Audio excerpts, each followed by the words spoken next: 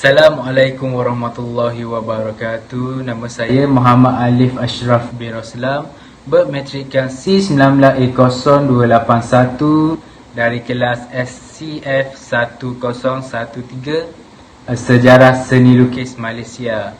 Bagi biodata artis tersebut ialah nama Abdul Latif bin Haji Muhyiddin. Tarikh lahir beliau pada 20 Ogos 1941 di Seremban, Negeri Sembilan. Pendidikan awal di Sekolah Melayu Legen hingga lulus darjah 5. Sesudah itu Latif menyambung pelajarannya di Sekolah Melayu Kota. Pada pertengahan tahun 1960, Latif meninggalkan tanah air untuk menuntut di Academy of Fine Art Berlin, Jerman selama 4 tahun dengan biaya Perintah Republik Persekutuan Jerman. Pada tahun 1969, Latif mengikut kursus seni goresan dan kemudian meneruskan kursus yang sama di Part Graphic Center, New York, Amerika Syarikat. Kegiatan dalam bidang pensyair pada tahun 1963 dan terus aktif berpuisi sambil menggembara pada tahun 60-an hingga 70-an. Dalam bidang seni pula, beliau mula berkarya sejak tahun 1951 melalui siri lukisannya seperti Pago-Pago, Mixscape dan Langkawi. Latif diiktiraf sebagai antara pelukis penting dalam Malaysia. Nama saya Abdul Aziz bin Muhammad Fauzi, bernama matrik C19A0002. Hari ini saya akan membuat pembentangan tentang sumbangan Abdul Latif Muhyiddin terhadap seni lukis moden di Malaysia.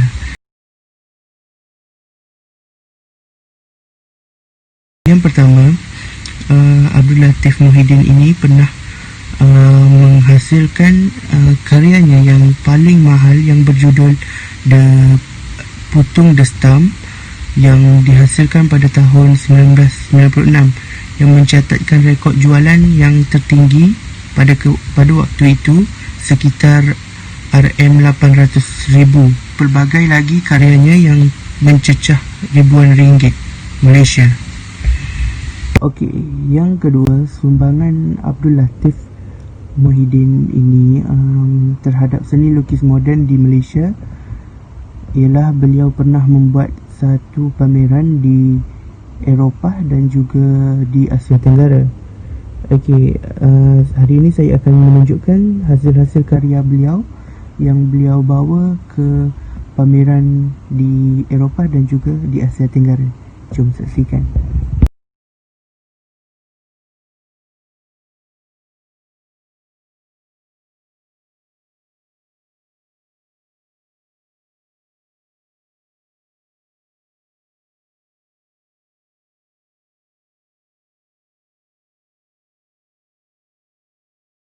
Saya Muhammad Zulfazli bin Sulaiman, bernombor matrik C19A0353.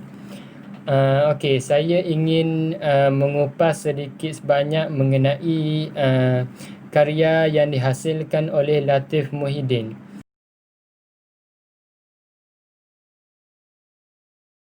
Latif Muhyiddin digelar dengan nama Latif Pago-Pago kerana beliau banyak menghasilkan lukisan atau karya yang berasaskan pagoda.